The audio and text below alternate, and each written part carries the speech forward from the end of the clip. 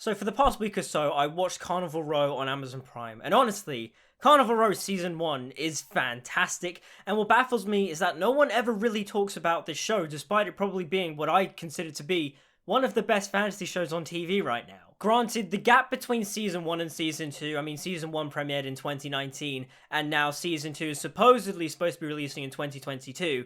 That sort of time gap is probably one of the reasons why people don't talk about it as much, but still, it's a really great fantasy show. The setting, the world building, the lighting, the costuming, it all looks great. The Victorian-esque, steampunkish, dark, gritty world with magical creatures like fairies and fauns is really cool. Granted, some of the CGI looks pretty wonky, like when the fays are flying around, yeah, that doesn't look that great. But still, overall, I think it's got some really good, high-quality production values. Overall, the show just looks incredibly cinematic. Not only is it shot in the cinematic 2:35:1 aspect ratio, but it just looks gorgeous from a visual standpoint. That sort of dark, gritty, desaturated look to it, but still being somewhat colourful. It just feels something like something Gore Verbinski would make. And speaking of Pirates of the Caribbean, easily the highlight of the show for me is seeing my boy Orlando Bloom back on screen once again.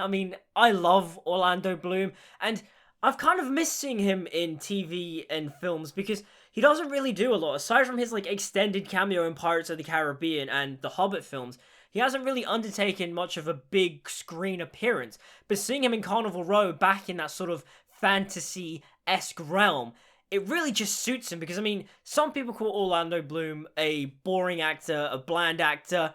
I don't think so. I like Orlando Bloom. Yes, he puts on an acting voice, but I think the acting voice really suits the characters he plays because he's a very theatrical presence on screen. Plus, he's just an incredibly handsome man. Who doesn't want to see Orlando Bloom on their screens?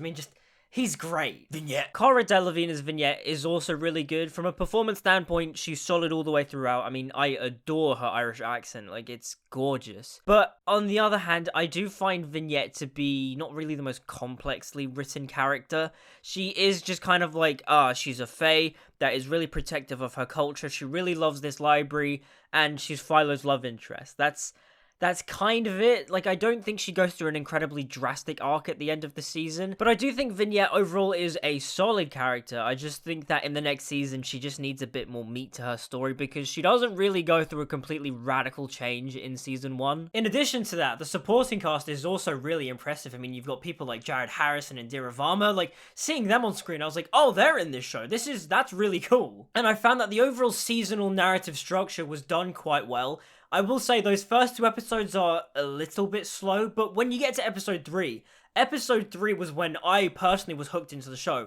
I was into it. I was like, oh, this is really cool, seeing the backstory of how Philo met Vignette and their romance and how it bloomed and how it ended in a pretty, tragic way. It was really good. And now that I'm on the subject of the romance between Philo and Vignette, I really liked it, but episode 3 was where I was really yeah, this is where I buy the romance, because in those first 2 episodes, it's you can tell there was a history between the two of them, but you never really got their chemistry, and narratively that makes sense, but seeing their romance blossom and bloom in episode 3 and how they first met, it was really nice, and it was really sweet too. I loved how they both fell in love, because not only did they realize that even though they are both of a different species. Obviously at the time, Philo doesn't know that he was a fae, but the way they connected and bonded over this story, and he gave her his copy of her book, and then she was enamored with the story, and the two bonded over that, and then obviously the sexual chemistry grew. That was really great and nice to see, because seeing that unfold on screen and the way they eventually part, you understand the context of why she is so mad and angry at him in present day. And the fact that the flashback episode happened quite early on in the season 2 was also really well thought out, because I'm tired of seeing shows where it's there's a history that needs to be unfolded, but we don't see the big flashback episode where all the important, juicy narrative bits are. We don't get to see that until the very end of the season. But I like how season 1 of Carnival Row is just yeah, no, we'll give it to you. It's literally episode 3. The only thing that really confused me / I didn't really like that much was I don't 100% understand why Philo left her and pretended that he was dead. That was weird to me. It was I left you so I could protect you, but it was that didn't make any sense to me. It wasn't a case of she is being held back by me or something like that. He just left it was weird. The mystery slash detective aspect of the show also really started to pick up in the later half of the season because, again, like I said, those first 2 episodes are kind of slow, but after the flashback episode and then, the events start unfurling, it's a really cool and interesting mystery, like how Philo is finding out that his old headmaster died, and then that doctor died, the one that cut off his wings when he was a child, and then that the dead Fey woman was his mother, and then when he realizes that, it really just starts kicking up and picking up the pace. When Philo realizes that the dead Fey singer was actually his mother, and that the headmaster and the doctor that cut off his wings were a child were all connected, and then he realizes that the killer is basically trying to frame him, make it seem like he's trying to hide the truth about himself, and that he's trying to kill the people that would know about his secret of him being half Fey. That was really interesting. And then it really builds up to the revelation that Jared Harris is actually Orlando Bloom, Philo's father, which even then is compelling because at the time Philo thinks that Jared Harris is the killer. But then when the two of them meet and they both explain their sides of the story and they connect, you're like, they are father and son. And Jared Harris realizes that and he's like, oh, you're my son with her. That's really and the connection they forge as well, where it's, I don't know you, I don't hate you, and I'm glad that, I know you're my father. It's really compelling stuff. Like, when it all culminates in the finale, it's really strong too, because, when Indira Varma's character kills Jared Harris, like, that is a shocking twist, and it's so good too because it reveals so much about Indira Varma's character, because Indira Varma's character is the killer. She controls the Dark Asher that is killing all these people, and the reason why she's doing it is because she got a note from the mother of Philo that was basically blackmailing Jared Harris's character to give them more money. And Indira Varma's character was really cool too because, she is the killer. She controls the Dark Asher. And that was really compelling because she essentially did it to protect her son, the legacy and the legitimacy of her son, because the knowledge that Jared Harris is Breakspear, and I keep calling him Jared Harris, I know, I'm just going to keep calling him that because I know his last name is Breakspear, but I've forgotten his first name. But the fact that Jared Harris had an affair with a Fey woman and then had another son, just the fact that even though Philo is not a legitimate heir of the Breakspear name, he still exists, and because she's so protective of her son, she is ultimately driven crazy by the fact that someone could threaten her hold on power, and Jonah, the son's hold on power, she's like, no, I need to get rid of him no matter the fact. The scene where she kills Jared Harris, that is a really sad scene because, it sucks that we don't get to see Jared Harris anymore because Jared Harris is a phenomenal actor. But it just made sense for her character because even though he kept reassuring her, it's fine, Jonah will be my legitimate heir. Philo is a half-blood, he has no legitimacy, and plus, it would make any political sense for him to rise to power since he's half-Fey.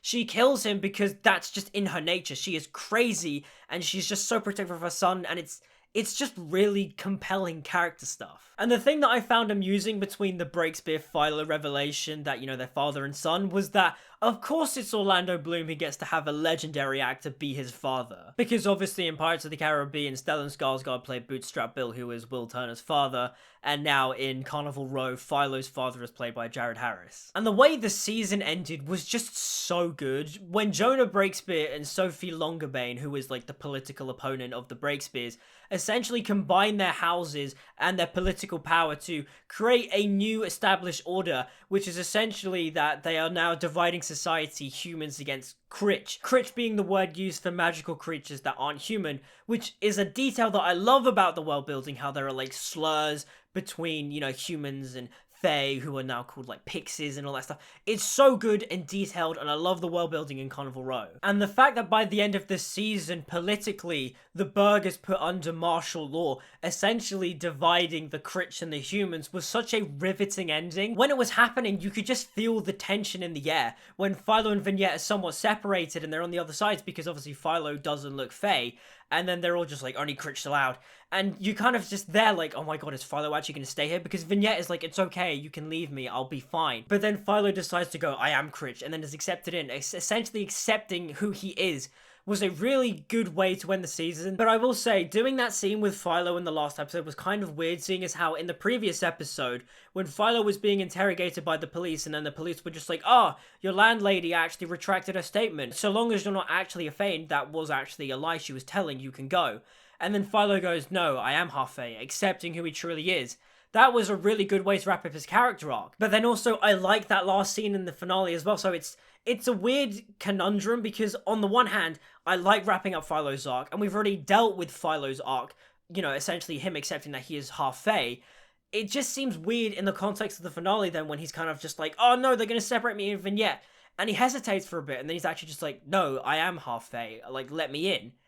That it's a weird beat, and overall I like both scenes. It's just, in terms of Philo's character arc, it seems like a short regression, and then suddenly going full circle again. It's weird, but I do like where we leave Philo and Vignette at the end of the season. And the racial subtext in the show is probably some of the best I've seen in a mainstream fantasy TV show, because it doesn't feel tokenistic, it feels intrinsically coded into the DNA, the narrative, and the story of Carnival Row Season 1. The Lady Imogen and Mr. Agreus romance arc is really well done, because their season-long arc of her accepting him for truly is, not just the way he looks, is really strong and really powerful. And the racial subtext of the whole thing, obviously this being a commentary of black aristocrats mingling with white high society and how they were always rejected because they were, obviously different because they had different skin color, which is just stupid, but it happened in history.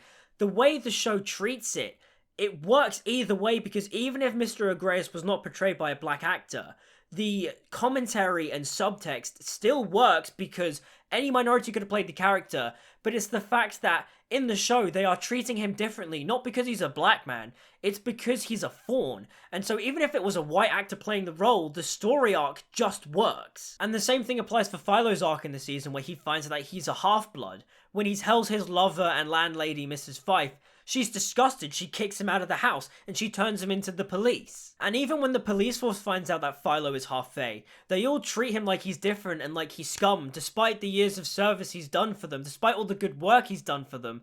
They all treat him horrifically, all except Beric. And the character of Beric is also a great example of a side character being strongly written, despite the fact that he's also portrayed by an actor of colour, because even though he's portrayed by an actor of colour, if you had a white actor playing Beric, the character still works all the same, because the character's realization that even though Philo is half Fae, he doesn't care because he's worked with Philo for years and sees Philo as a friend. Like, that is effective and powerful storytelling that doesn't rely on racial narratives to carry its narrative and carry its message, being like, oh, look at us, we're writing great stories because we have, racial commentary.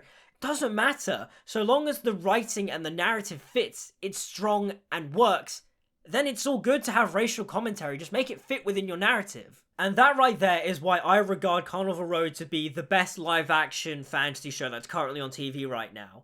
I know people talk about Arcane and how much Arcane is great, but that is animated, and I'm talking strictly live-action.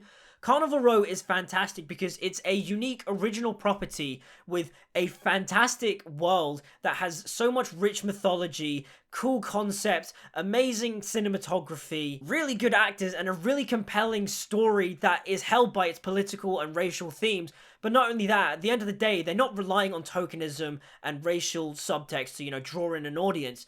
It's just a really good narrative. And Carnival Row, I think, is the beacon that fantasy fans have been pointing at when they say, we want original fantasy where you are free to add your own political, racial commentary, whatever. You can put that into something that is original, that has those ideas that are intrinsically baked into the narrative and are there purposefully, rather than taking a beloved property like a Lord of the Rings or a Wheel of Time and just inserting in racial, commentary and political commentary where it isn't needed, because those stories never needed those types of conflict. But I digress. Carnival Row Season 1 is fantastic, and I think more people need to watch it, especially with Season 2 coming out. And I'm really excited for Season 2. The status quo they left at the end of Season 1 is really interesting, and they can kind of go anywhere. And it's such a good new original fantasy story that has really strong racial themes that are purposefully coded into the narrative, that are strong. It's got really good direction as well, good pacing. It's a great show, and I think more people should check it out. And so my question to you is, have you watched Carnival Row? What did you think about it? Let me know in the comments down below.